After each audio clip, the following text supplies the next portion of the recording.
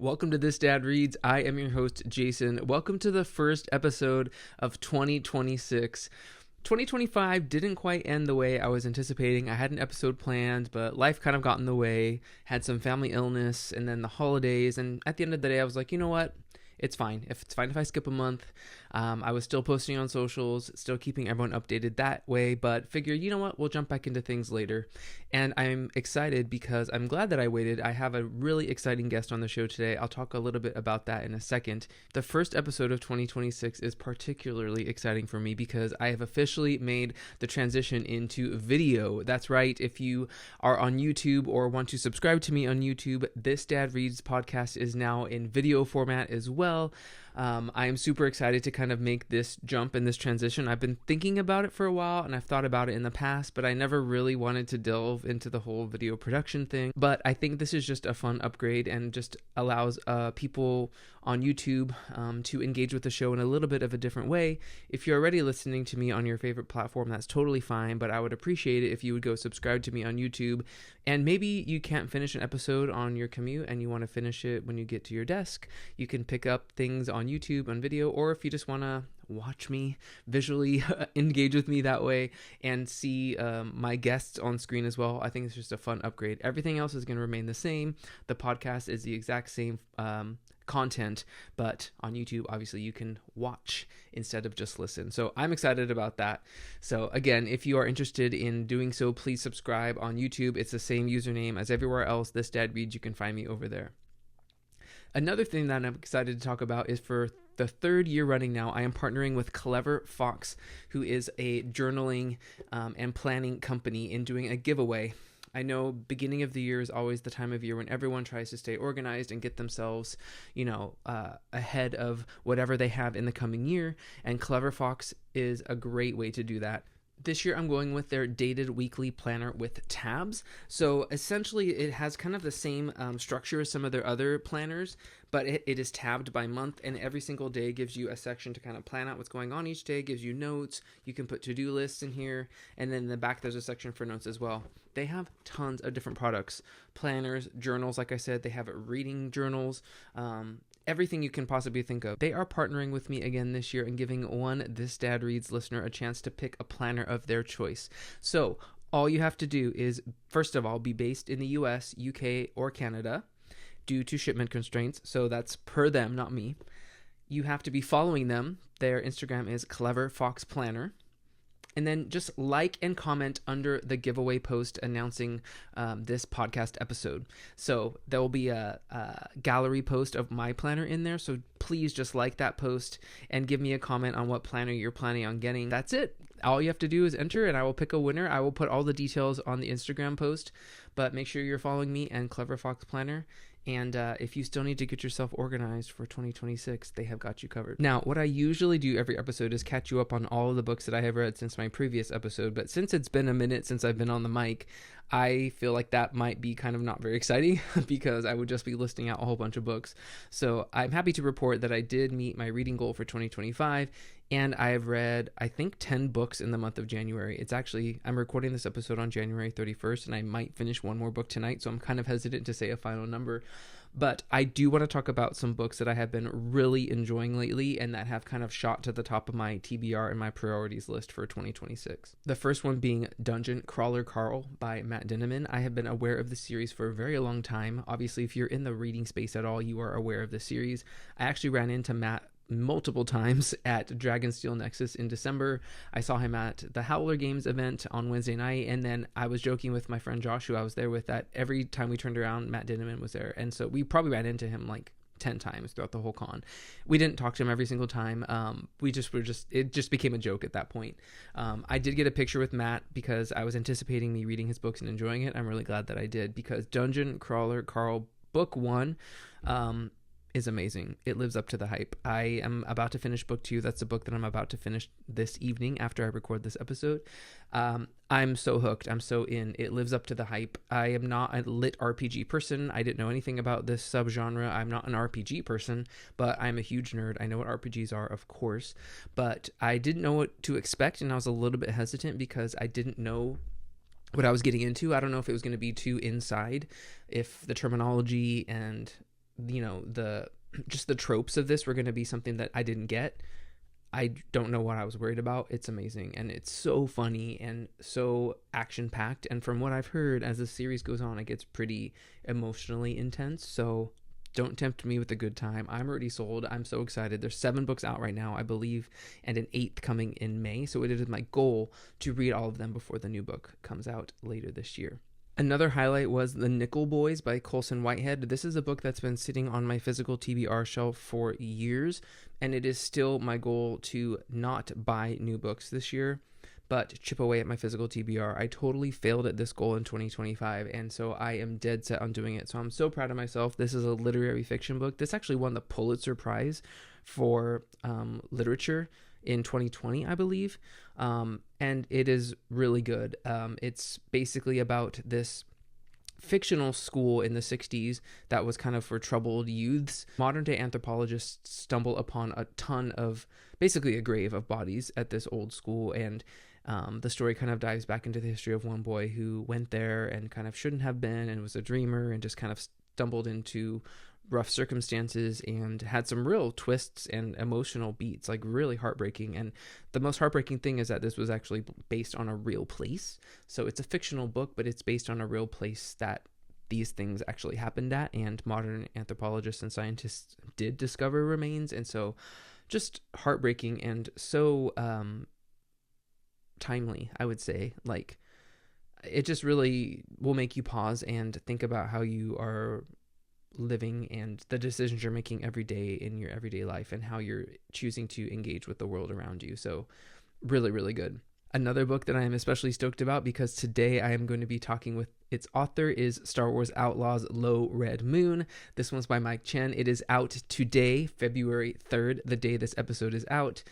This book is based on the Star Wars Outlaws video game, something that before this book was coming out or even announced, I had not engaged with. I am not a gamer. I do not own any of the big gaming consoles. We are a Nintendo Switch family all the way, but I have watched YouTube playthroughs in the past, and so that's what I did with this video game, and I really enjoyed it, and I'm happy to report I really enjoyed the novel. So you will hear more of my thoughts about that when I talk to Mike in just a little bit, and my review has been published for some time now. So if you want to go check out my review of Low Red Moon on thisdadreads.com, you can do so. So those are some of the highlights of books that I've read recently. Also of note, just quickly to mention, I finally read Path of the Lightsaber, which is the manga that came out last year. I bought it in November and I just tucked it away and I kind of forgot that I bought it. So that was really good. I love a good manga. The art was amazing. Kenny Ruiz is the author and he did an amazing job. And I don't think I really realized that this is going to be a series. So it's volume 1, which is so exciting. And the main character is so cool and so much fun. So I just wanted to note that as well. It's another Star Wars release that I really enjoyed. Pivoting a little bit and talking about something else really cool that I was able to do, I actually got invited to the season 4 party for The Lincoln Lawyer. A&E invited me basically because of my contacts through Michael Connolly and his assistant, and I made it happen with like 2 days notice. I was able to get down to LA. I drove there and back all in one day, so it was really long day, long drive, but this event was so crazy. I had never been to anything like this before. I've been to some things here and there, but this was probably the most like inside Hollywood event that I have ever stepped foot in. Unfortunately, I wasn't able to bring a +1, so that would have been a lot more fun to at least have a friend with me, but just kind of walking in blind, like I didn't know if my contacts were going to be there. My only person I really knew is Michael Connolly himself, the author whose all these works are based off. So it felt kind of weird to think like, well, the only person I know is kind of like one of the main guys. But apparently before the event, they were doing a panel and an interview.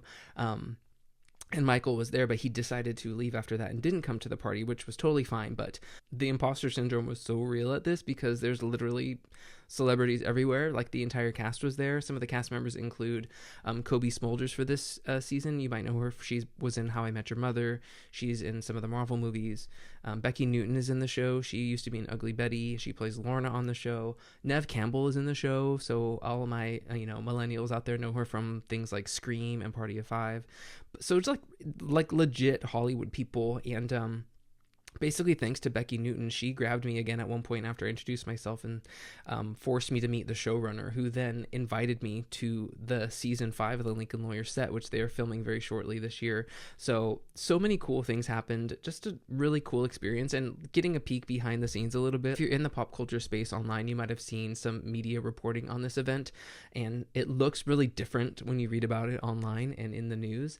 And when you're there, it's a very different experience. Like, it feels a lot more like chill and real. They're all just real people. Yeah, there was like paparazzi there taking pictures, but it just felt like people just doing their job. And it didn't feel weird in that regard. It just felt kind of normal. So, again, still pretty intimidating, and I had to put on my, extroverted cap and do my best to kind of just put myself out there. But I had a great time, and I hope that it's not the last thing like this that I get to do in my lifetime. The day this episode comes out, Mike Chen and Kristen Baver are hosting a book release event in San Francisco, because also out today is Kristen Baver's The Art of the Acolyte, which I'm so excited to get my hands on. They are hosting an event in San Francisco, launching their book, similar to the one that Charles Soule did for Trials of the Jedi last year, which I was also able to go to. I'm going to that as well. So on my next episode or on my social media channels, please check out how that event went. I'm so excited because for the one that I went to last year, it was really intimate, and it's a small space. It's a small bookstore, so it doesn't hold that many people. So definitely be able to talk with Mike in person and Kristen and get some of my books of theirs signed. So I'm super excited about that. I hope I see some book friends there. I don't really know anyone else who's going, again, aside from the authors, which is so funny to say. But I hope I run into some online friends there, and I'm excited for that event. More about Low Red Moon and my conversation with Mike Chen is coming up right after this break.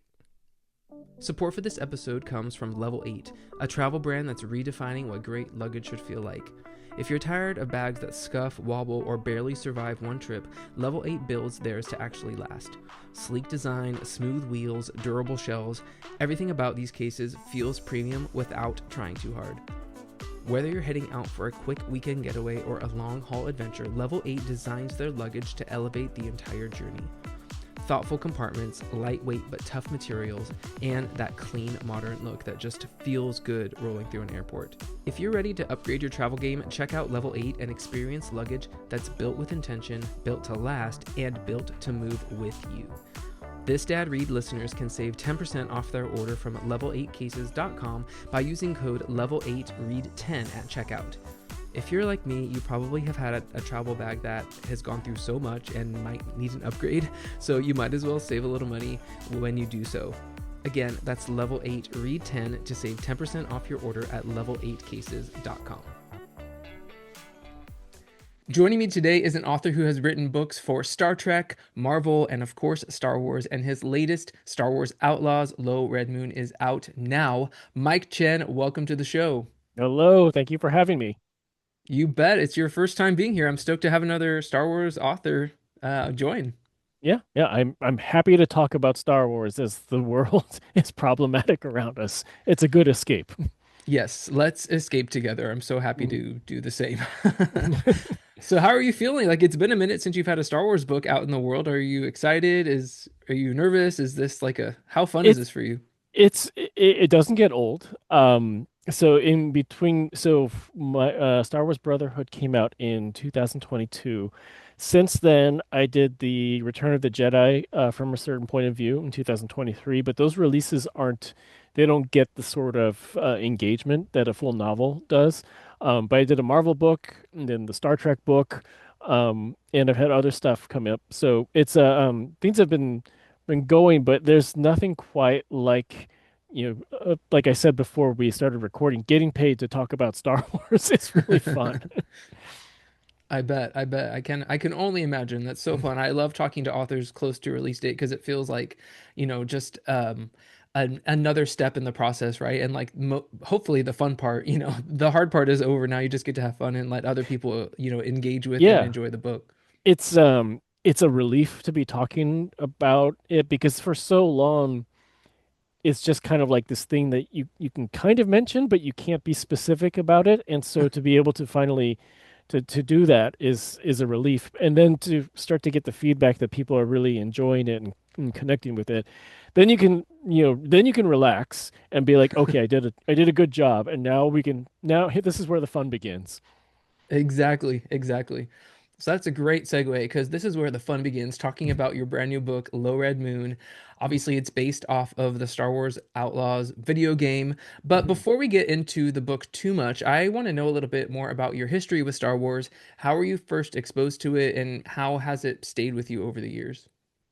Oh, it's so of all of the different things that like not just science fiction franchises, but like anything that I have been interested in or obsessed with, it's probably honestly like the biggest, like longest thing in my life. So I was born in the late 70s, so as a very early child, all I remember is Star Wars. So it's before I started liking hockey, before I started liking tennis, before I started liking punk rock, it's Star Wars. One of my earliest memories is is getting toys with my brother for The Empire Strikes Back. So like the original snow speeder, the cannons on the snow speeder, like they broke off so easily. So I actually don't remember having a snow speeder with cannons that because they're supposed to light up too. I remember the cannons being detached. I don't remember them actually being on the snow speeder. Um, and we had the vinyl tauntaun where you could stuff Luke in, and like I was a few years old. I didn't understand what that was about. So, but I do remember I went to see Return of the Jedi in the theater. I have told this story a bit before. Like my experience with Return of the Jedi in the theater was that when Luke takes Vader's helmet off, it just terrified me. I could not comprehend it. And immediately after that, we went to a department store and they had the Return of the Jedi storybooks like at the front table. And me and my brother were looking at it, and of course, I opened it up and immediately flipped to the image Is of that pain? helmetless Vader. I slammed it right away. It started haunting you right away. That's so funny. Yeah. So, but Even when you're out of the theater. in the 90s, like I was at Walden Books for like the Thrawn releases. Okay, yeah. I was in line for the special edition with like my close friends who are still my Star Wars buddies. Was there for the prequel trilogy. My wife, on our first date, shortly after Attack of the Clones came out, we met for lunch, and she was wearing a Princess Leia t-shirt. And I think Oh, we saw Attack of the Clones again as like our third date or something like that. So nice. it's just, it is evergreen in my life. I can associate a time period with everything about Star Wars. Like and even in the before the or right after the Thrawn trilogy came out, um like I we rented a Super Nintendo from Blockbuster just to play Super Star Wars. And then I asked my dad to please pick up X-Wing for DOS for me on the way home from work. So it is Yes. everywhere. So, as someone who writes in such a massive universe, what keeps Star Wars creatively exciting for you after so many stories have been told? Obviously, you just talked about decades of engaging with this universe and these stories, but what keeps it exciting for you as a writer, as a creator? I think the big thing with especially now in in this era of Star Wars, there's a there's just like this infinite canvas of stories. So Mm, like when I was younger and the Thrawn trilogy came out, it was like, you know, we went from just having like novelizations to like what happens after, but it was still very connected to Han, Luke, and Leia. And then you started to get spin-offs like Rogue Squadron, and I mhm, remember Tales of the Bounty Hunters, Tales from Jabba's Palace, like those still touched very much on kind of like, they're related to the original trilogy. And now you can go anywhere. There's so much like, do you want more clones? Cool, here's some more clones. Do you want to hear like the underworld? Here's this. With the upcoming romance novel too. There's mhm, so much that you can do, and I'm really glad that publishing has embraced the versatility of mhm, it. And I think like because you can play in any era, you can play in like they could be factions in the era, or they could be bystanders. You have so much possibility to play with. It's very different from. I feel like so much media associated with Star Trek is still like Federation, or Mm, Klingon or whatever, but like it's still something associated with that, whereas you can get even further removed in Star Wars and it still feels like Star Wars. sure, sure. Speaking of, I'm going to deviate here. I saw recently on social that you were sharing you were reading Lost Stars for the first time. So I'm just Yeah, curious, as a oh my reader, like God, yeah. how connected are you to the current like books that come out? Like, do you stay recent? I mean, Lost Stars has been out for a minute, but I also need to know Yeah. how you liked it and if you finished it. Lost Stars was I actually I messaged Claudia Gray right away and I apologized for not For reading how it long? until Yes. now. And I think I was trying to figure out like why, because I've read, like, I haven't read We were everything, all but I've wondering, Mike, why? What took you so long? I've read so much, but so much of the stuff that I've read is really centered around like the prequels and Clone Wars. And so like, back in Legends, like, Shatterpoint and the Revenge of the Sith Yeah. novel and like Dark Lord and things like that. Um, and then like Master and Apprentice and things along those lines. And so like that's kind of my favorite era. Yeah. Um, and so it's like, especially after I got published, and then because I have a day job, and so to take up the evening time with writing, and then I have to sort of decide like, where's my free time gonna go? Is it Hmm. video games? Is it reading? Is it TV or whatever? And so it was just one of those things like I always knew I had to get to it. And so I forced myself to take a break for the holidays from all work. And my goal was like, I'm going to beat one video game, I'm going to read one book. And so the book was Lost Stars. And I'm a very slow reader. I read in bursts. And I finished it in 4 days. Nice. And I was just like, I just, I just couldn't believe like the height of the emotions despite covering like ground that I knew. And and we've seen kind of the same thing with like From a Certain Point of View, but Hmm. it was like I was so connected with just everything that's happening and experiencing Alderaan.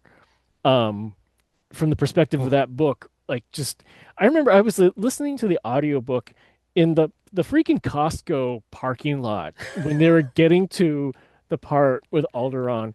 And I was like, my heart is beating really fast. And I'm just like, no, no, no. I'm like, of course I know what happens, but like Yeah. the weight of the fallout of it was just like I was not prepared for it. Um, so I want to know what happens to those two crazy kids. I think we all do. Speaking kind of back to this next question is kind of is a little bit related to the how you answered my first question about how Mhm. you kind of have engaged with Star Wars over time. But is there a Star Wars book or even just character that made you as a reader fall in love with kind of that more character driven side that only like books can give you in Mm. terms of Star Wars? So I wish I could say Lost Stars, but obviously I just read it like a month ago. I really do think though, and like I don't shut up about Revenge of the Sith by Matthew Stover.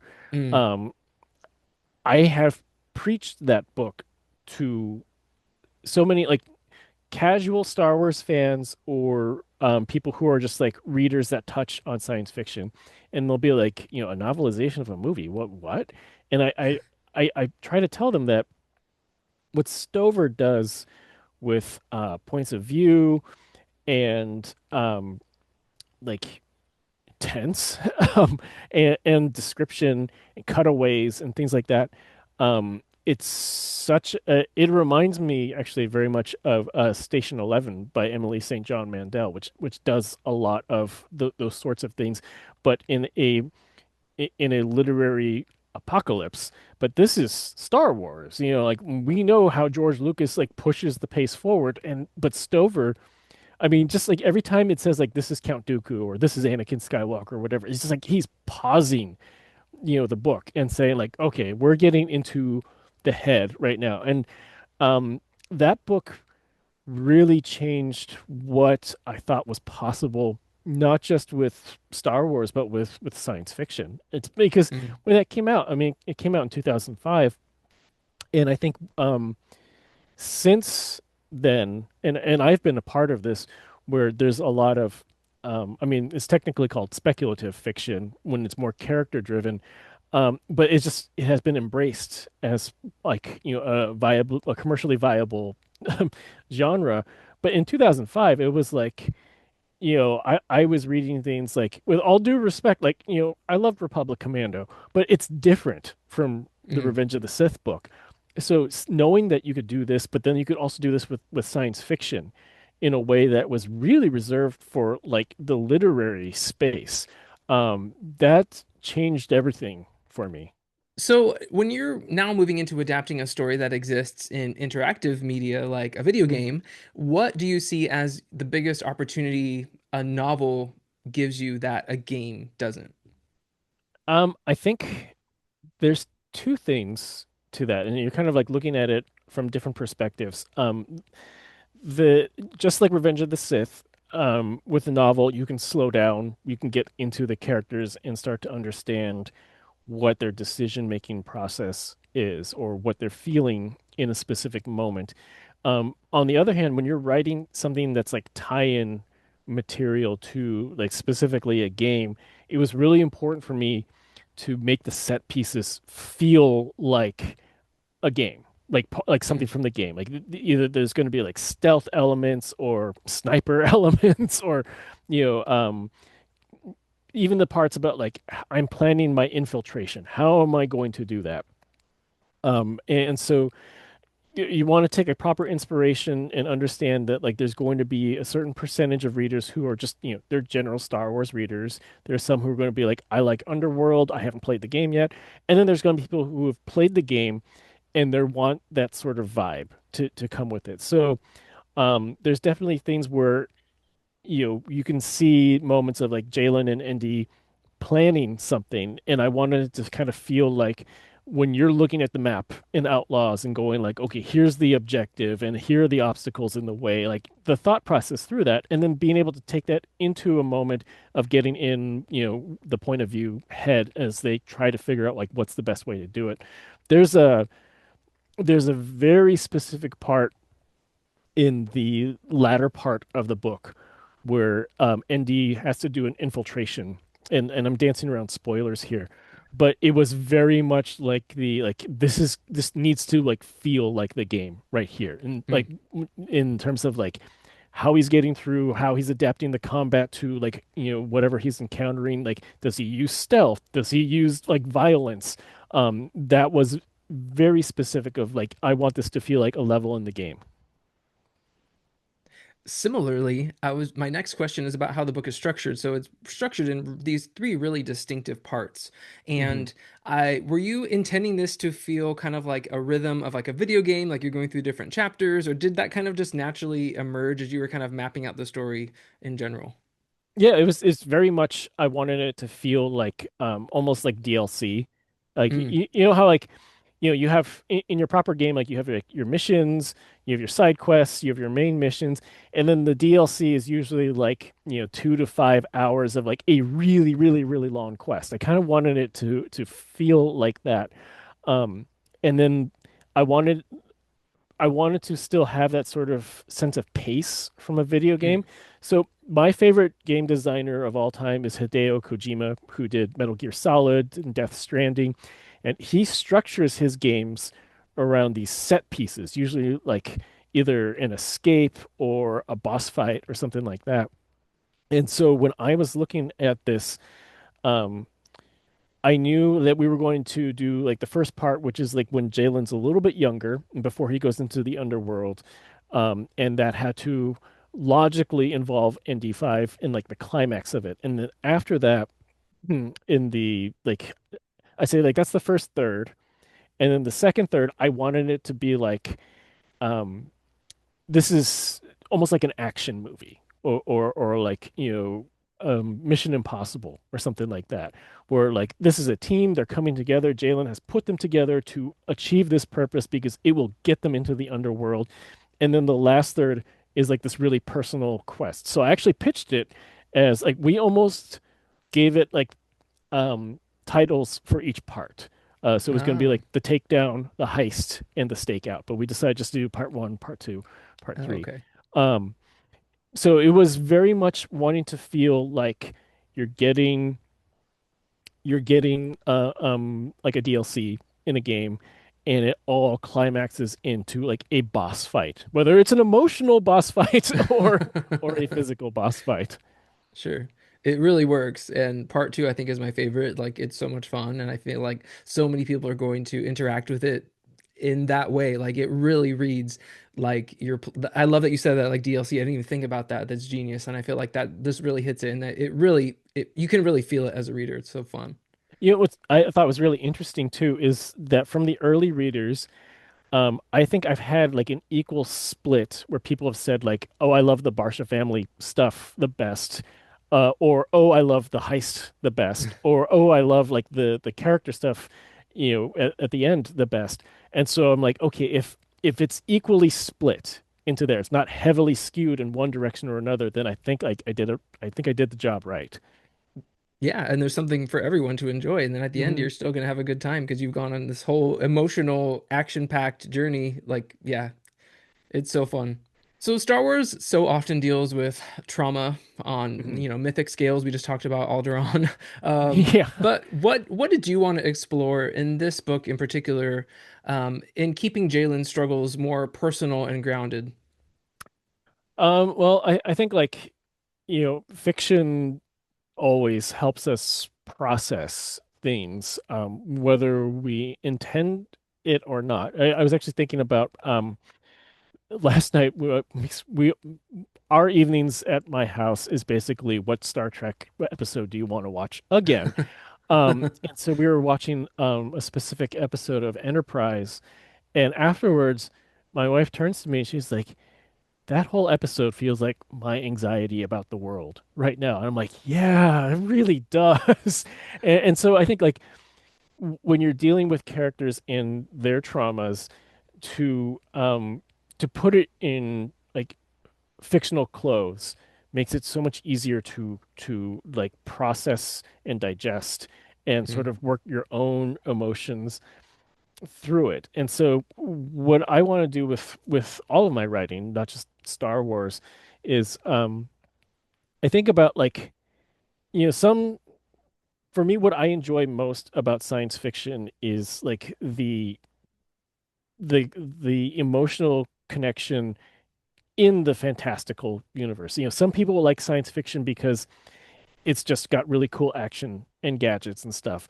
And for me, I personally feel like that's like watching Sports Center as opposed to watching a game where you have like the emotional stakes and the players. There's like that difference there. So when I'm doing that with these characters, it's important for the character work and the world building to go to not just be like that looks cool. It has to resonate with me. So we talked about like the heist portion in there where there's like they're infiltrating this big thing. There's like they're working as a team. There's like a sniper which is really cool.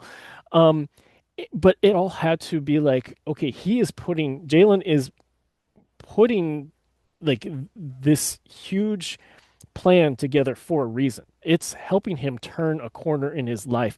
And the way he interacts with ND specifically, it's really a character thing because it's like in order to do Mhm. this, he has to hide more and more of himself from ND. And so the action pushes the characters forward, but then the characters make mistakes or make choices, and that pushes the action forward. And so it's to be able to ground all of that together and feel like you've gone on a journey with them where you may not necessarily agree with them. I hope you don't agree with Jalen at the end, but you understand like where does this come from? And I think that's one of the most important things about, I mean, like really our very fragmented information society right now where everything's coming in like little clicks and headlines and 30-second Mhm. videos is there's no context to anything, and so everyone judges really quickly and everyone responds really reactively. And if you can learn to just slow down and be like, I may not agree with this, but if I can grasp their context, then maybe I can work with them or choose to push that out of my life. Um, Mm-hmm. so that I mean that's a much deeper level, but I try to do that with my work. No, and I love it. And only in books can I feel like you really do that successfully, right? Like Yeah. that's what's so special to me about books as a medium. Like you really can't get that as it's hard to like relay that emotion over like a screen or hmm even in a video game, if you will. So that's why I think books are just so awesome in that regard. I think it's like there's things that you can do on screen, like where you can get. This is also why I like Hideo Kojima games. But like in movies, you can get like visceral action in a way that you can't in a book. In Yep. Kojima, when he designs these set pieces, there's there's this thing in Metal Gear Solid 4, for a tangent, where Solid Snake has to climb through this tunnel and it is irradiating him with microwaves. And in order to save everyone, he has to climb through it. And the way you make him climb is by hitting triangle as fast as you can. And it's just like there's no strategy or anything. You have to just push through it. And you see like his suit is catching on fire and it's sparking, and then it cuts to like this outside view of like the good guys, like their ship is being attacked. And that's an interactive experience that is like the physical tension of trying to hit the triangle button as fast as you can. That takes advantage of the medium. So all these different mediums, like they need to work with like what is the way you can convey Mm. emotion only through that specific platform. Yeah, very well said. I totally agree. Speaking of ND, I feel like one of the standout elements of this book is how you really get inside ND's mind, if you will, like hmm his thought processes. It feels weird to say for like a droid. But what were some of the challenges that you face in making this droid like have emotions without really going too far to like make him like just a fully human character? Yeah, he can't be Data in Star Trek with the emotion chip on. Right. ND, like it has to be an arc. So we talked about so me and the editorial team at Random House Worlds, like we talked about like where are we starting this? And for Mm, ND, it was like, okay, he's basically got to go from he's in the Clone Wars, and then suddenly the Clone Wars end, and he's lost his function. And so I talked with Lucasfilm a bit about this because it hasn't been droids have not been presented in like this depth and this perspective, like a first person perspective before, for like this significant of a period, hmm and like not just 50% of a book, but also like we're sticking with him across a segment of time that's mm, years, without a memory wipe. So you start off with like he's a commando droid, and then he starts to accumulate these experiences. So it's got to be a combination of we talked about the first person point of view was really important because we wanted to include sort of like computer speak in there, where it's like you're thinking of, or you see ND like processing the information, and it's going to feel a little bit too detached from a third person perspective. Like it would slow down the pace. And then yeah. when it is in the first person perspective, you can kind of get a little bit more technical in there, almost like you're reading like the dialogue box from like when your Windows, like if you look up, you when you load up Task Manager and you see those things, it's like almost getting a glimpse into that. But then there's a balance too, because it can't be too technical, because it will contain unnecessary information or it will slow the pace down. So we went through. I sent over some early drafts of just ND chapters, and like everyone just before we proceeded, we everyone looked at them and we kind of tweaked, moved the levers here or there to see like how we want to do this. The other thing that the story group pointed out is that, droids, they don't have feelings, so but what drives them? And so we talked a bit about how they can have purpose and they can have priorities. And so fulfilling that is the closest thing that they will have to feeling, happy, quote unquote happy. So we have this really interesting issue where ND is he is built with the purpose of being a commando droid to fight clones. And then his whole context changes. That doesn't exist anymore. So he suddenly feels like you like if you just lost your job, like that sort of thing. And it was like the one thing that knew you were really good at, and then you lost it. So to start framing emotions into purpose versus not having purpose, that was really interesting. And if like we talked about, it was like a not to put pressure on myself, but it was like, well, if this works, this is going to be a bit of like a template for droid work moving forward in storytelling. And I'm like, okay, well, I better get it right. You definitely did. Like, I've never experienced anything like that in Star Wars or in just like books in general. Like, it works so well, Mike. And I just think that the experiences that readers are going to come to this book with, maybe they haven't played the video game, but everybody knows droids in Star Wars, right? Like Yeah. everyone comes to Star Wars with like having some sort of affinity or love for their, everyone has their droid, right? And droids are Hmm. just so well loved in this universe.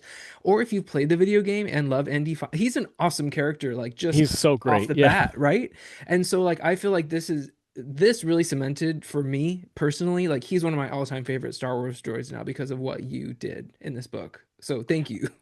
I don't know if you have managed to hear any of the audiobook yet, but Jay Rincon, the voice of ND5, him and Eric Johnson, they bring back their roles of ND5 and Jalen for their So respective cool. chapters. And um, without spoilers, I will say that when I got my preview MP3s of the audiobook, I skipped to the very last chapter because I wanted to see what Jay did with that. And I was like, as a fan of the game, like I was able to detach myself as the person who actually wrote this and just That's kind of awesome. That's so sink cool. into that performance, and it made me feel really good. That's awesome. Oh man, that's so cool. What an experience. You like It that's so was out of weird. body. Like you Yeah, it's interesting because it's like, when you're listening to like Mark Thompson or someone narrating, like they're doing the voices, but they're still like, oh, I know that's Mark Thompson. But then this is like I wrote these words, and now like they're literally coming to life, with ND5 and with Jalen, and it's unlike any experience that I've had with any of my books, even Star Wars Brotherhood. Yeah, that's so cool. I don't know if any other authors can say that. Like, is this the first time that's actually happened? I'm trying to E.K. think. Johnston, oh, I'm totally blanking on her name. I should know this, but the woman who does Padme in the Clone Wars, Oh, okay. she did, I believe she did only Queen's Hope. I don't know if she did the first two, but I remember like Okay. when that came out, I messaged E.K. Johnston right away. I was like, "Oh my God, I can't believe you did this." Well, now you have two. So, I mean, I would say Mhm. that's still a first. So two characters from Yeah, reprising their role. That's so cool. Also, can I just say too, like he looks so badass on the cover. Like he I is know. so cool in general, but like his front and center on this cover looks so good. I have several friends who are like, I only casually like Star Wars, but who is that sexy droid? Right? I'm like, one of my friends told me that like she pre-ordered the audiobook, the special edition, and the regular edition, and she's like, you know, she said, I haven't played this game. I'm never gonna play this game, but look at that droid. And Yeah. I'm like, yeah. That It, coat is so sexy. it was funny when the cover dropped. I mean, like I don't know how many comments I got about like sexy droid or hot droid, and then that was like I told Jay that, and I was like, "Do you get a lot of these messages?" He's like, "Yeah, I'm pretty used to it by now." That's So amazing. there's definitely like the ND5 brigade. So, if readers are familiar with your work in Star Wars, you are known for Easter eggs in almost everything that you do. But you do a really good job of not letting them like overwhelm the story. So, my question is, how do you balance writing for like deep cut fans while also keeping the book super accessible to maybe casual readers? I think it is very similar to on my original work. I have taught some courses on world building, and my perspective is always like world building for people who hate world building because I hate world building. And so because of that, what I do is I come up with like the character arcs first, and then like on my original novels. I have some very loose like framework or guidelines for like the world building rules that I need to know. Like, is time travel magic or is it science? Like that sort of big picture stuff. And then I write most of the book, but I use placeholders. And then like as I, it's a placeholder for a detail that says like, device X or whatever. And then I put that into a list and I come back to it later. And then I start to fill in the blanks and sort of reverse engineer the thing. And with Star Wars or any IP stuff, it's like um, I'm able to do that same thing to make sure that the story is very character focused. But then I have a list of things that I have to fill in. So like in case of Star Wars, it's like planet names or I so there's an example in this. This is not a spoiler because it's so incidental, but in Outlaws, there's an arcade game called Raven 6, and it's just like it's like an arcade game from like the 1980s where you're a vector racer. And so I mentioned in this book Raven 4. And so the idea is that because we're like about a decade before Outlaws, this is, it's like Mortal Kombat 3 versus Mortal Kombat 7 or whatever. And it's something where people who played the game, they're going to pick up on that. And it'll be like, it's so incidental. Something has to happen. Something has to be in this cantina, just for it to feel lived in. So why not that? And so like those are the kinds of details where like I'll just make a list of like the things that I have to put in there. And it is so much easier drawing from Star Wars because it already exists.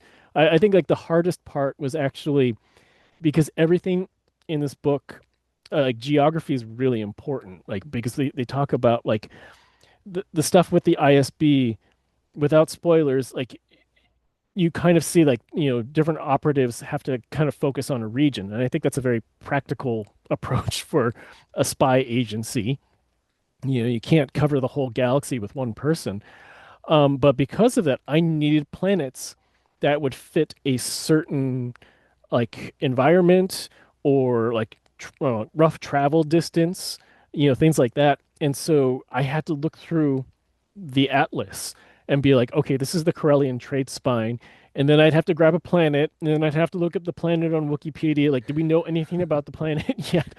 And so I was writing this in between. So most of it was in late 2024, early 2025.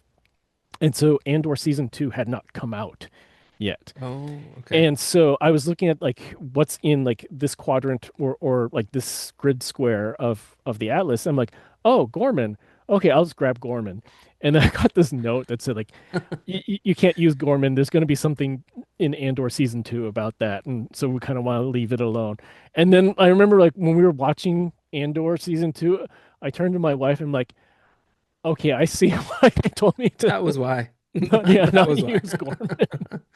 So yeah, but it was finding like there's a lot of reverse engineering about like how do I want to put those in, and for like the Yeah. characters that I requested to use, that I will not spoil because I think there are a lot of fun surprises.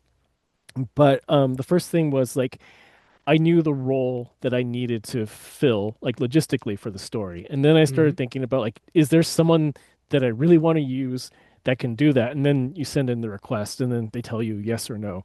But so it's the same sort of thing where I'm not going to build the plot out based on like, can I use character X? Instead, Hmm. it's like, Okay. I need someone who can fulfill this purpose and who fits. Your cuts are pretty deep. Like if unless you like know everything, some of these characters you might not recognize them, I would say. So Yeah. that is also really cool. So this is not a spoiler. Like there were some characters where it's like I needed this person to be, someone who works for the syndicates. Hmm. And so I was like, well, it would be cool to like tie them into the game. And so I would look at the like who are the NPCs in the game that like just give you quests. Like they're like the contract brokers. And I'm like, I'm gonna give him a story. And there's like two of those dudes that wound up in the book. And it was just neat to be like, they have like no dialogue in the game except for, like I'm gonna give you this mission or like these are your contracts that you can buy. but to try to think about like, okay, if you're the contract dude on Tatooine, what's your relationship to Jabba the Hutt? And like, are you happy there? Do you hate it? Like what Yeah, is it about that? yeah. And to build a story out from that. So cool, so fun. For Star Wars fans who love Easter eggs, like they're gonna have a great time. I am gonna ask too, for people who aren't super good at it like me all the time, I miss stuff all the time. Are you gonna, I think with Brotherhood, after the book was out, you did like some whole, you were just like on social, just like going through all of your things to make sure that people didn't, are you gonna do that again? Yeah, I have a spreadsheet. Okay, I okay. before as we were going to release, or as we were kind of hitting this the publicity period, I was like, I think I remember it, but like I really should just go through the book and like so it's a list of it's Easter eggs, but also like factoids about like why I Okay. made certain decisions. It was at like 118, so I'm not quite sure Whoa. how I'm gonna do it. So it's I mean because I think it's about two-thirds Easter eggs or like planet names or like why did I pick this planet, and then the other third is probably like why did I make this choice for like this scene? So it's a little Mm. bit more of like storytelling craft. Um, but yeah, I have this list. So I will put it out somewhere somehow. So, I mean, that sounds like a annotated special edition Yeah, version to me it is. someday in the future. It I did. I forget for some fundraiser, I did an annotation of Brotherhood, but like the amount of time and page space that you have, you can't put in like that many in there. So I'll Yeah. definitely do it on social at some point. So if someone finishes Low Red Moon and then they jump right into the Outlaws video game, what do you hope that people will carry with them into the video game experience? So it's a really interesting perspective. I think I might have mentioned that Lucasfilm, like they they had people on staff who had not played the game, and they basically just had them be like beta readers and be like, "Hey, you guys, you don't know anything about the game, but you do know the underworld. So what Hmm. do you think about this?" And their experience of it was completely different from other people who knew the characters. So it's almost like if you went into the Phantom Menace cold and you had no idea who Darth Vader was, and then you get to Revenge of the Sith and you're like, what the hell is happening? That's a completely different perspective from starting with A New Hope and then Vader says, Hmm. I am your father. And so I think those are kind of like the experiences the reader's going to have. If someone's going to just read this for like the underworld story, but then they're going to want to go into Outlaws, um, I would say what they can expect is everything you want for ND and Jalen and Sliro happens in Outlaws because the book was built to lead up to that. Even though it's Kay's story, it is intrinsically tied into Jalen's story, and ND5. So I think especially if you listen to the audiobook first, then moving into Outlaws is going to seem completely seamless. And you are just going to want to hug ND so much. And maybe Jalen. Yeah. And Jalen. Yeah. Jalen is responsible for his choices, though. I mean, I true. get, dude did not have a good life. No, no.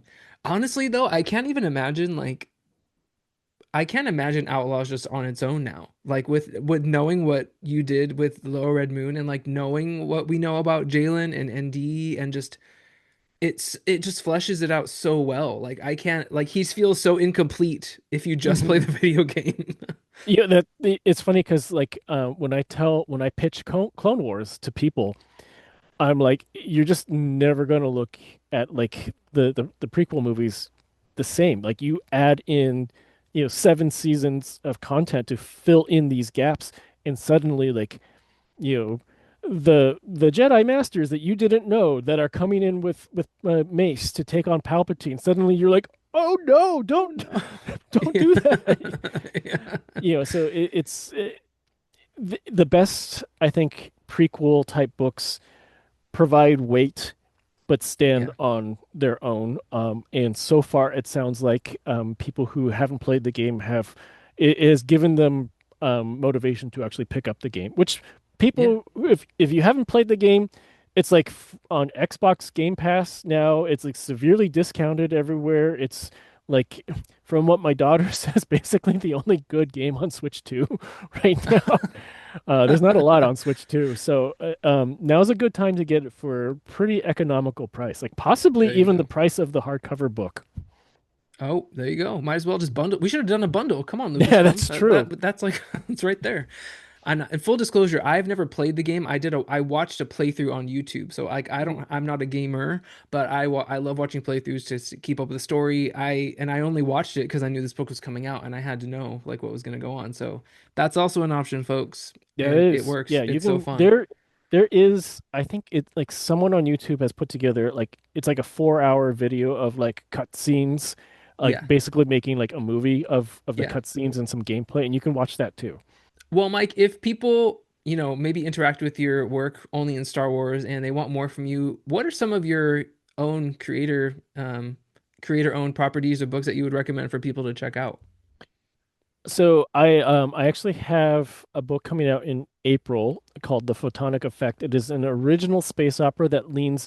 I pitched it as Star Trek Deep Space Nine mixed with Star Trek Voyager mixed with Mass Effect. So if that sounds appealing to you, then that comes out in April. So it's less Star Wars, more diplomacy and politics and weird alien tech.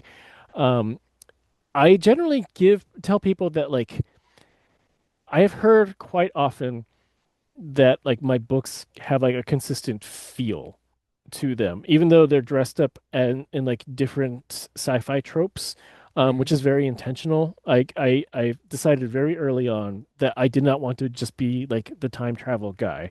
And so every one of my books is character first, but it focuses on like a sort of different subgenre of science fiction. And so, depending on what subgenre of science fiction you like, you would probably want to start there. So, I have time travel, I have vampires, I have an X-Files type of book. So that's superheroes. It's all like I think I'm running out of subgenres to touch, so I'm going to have to start circling back on them.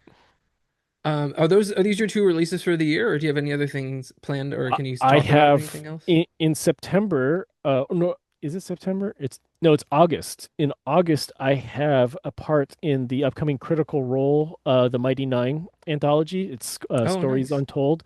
So if you followed the Critical Role campaign or you just watched the very excellent TV series, I get to tell a story about shopkeeper Pumat Sol and his three goofy clones, the simulacra. And so yeah, that's coming out in September or in August. And then in September, I have my YA debut, which the title is being changed, so I can't quite promote it just Oh, yet. okay. Yeah. Well, that sounds fun already. I'm already intrigued. Yeah. So it's 4 books in a year is a lot. It's going to be a weird Yeah, that's a lot. experience. Congrats. Hey, so I remember the first time we interacted, I think I ran into you at Star Wars Celebration Yes, you 2022, did. but I don't, do you have any other plans this year? Are you going to be making appearances anywhere, conventions? If people want to get their book signed or see you, are you going to be out there at all? I'm going to be around the Bay Area. I might be at GalaxyCon San Jose, like that's still being worked out. I'm definitely going to be at Geek Out Napa Valley, which is put on by the Napa Valley Library. Um, Depending on when people see this, I'm going to be with Kristen Baver on February 3rd at Books Inc. for a mutual launch because she has The Art of the Acolyte. And I'll be doing some events in April and May for the Photonic Effect. So if you're in the Bay Excellent. Area, I will be around. And I am very much looking forward to Celebration 2027, assuming we are all still alive and the world is still here.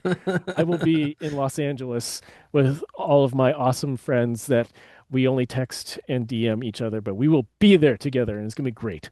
Hey, you and me both. It's the same for all of us all over the world. Like, same. I'm planning on being there as well and seeing all my online friends that I only DM and text because they're in Australia or they're in, Yeah, the UK or whatever. So everyone can just come hang out with me and Mike at Star Wars Celebration. I want to do a huge Star Wars book like meetup, like just book people I meet think up for stuff. the authors would be really happy to do that. I think like it's pretty well known that like we're all a really supportive Hmm. community. Like Delilah Dawson has helped me out so much. Like I've known Fran Wild, like she gave me my first blurb, but then she's entering Star Wars for the second Reign of the Empire book, and so she's like, she's messaging me. She's like, I'm not sure how to handle Star Wars. Like this pace is weird, and like, how do I do the synopsis? And I'm like, it's okay. Like you can ask questions. I got your back. And so like You're the pro now. yeah, Yeah. we're all helping each other out. Like E.K. Johnston helped out a ton with this book. We're all supportive of each other because especially if we write books in overlapping time periods, Yeah. we Yep. all want to make it work together. Yeah. And I say it all the time, but book people are the best people, and authors are included in that. So every single author I've talked to, interacted with, feels just like another book friend. So I'm glad that we had this time to chat. But before we go, if people want to interact with you or find out where you're going to be, find out where you're up to, where can they interact with you online?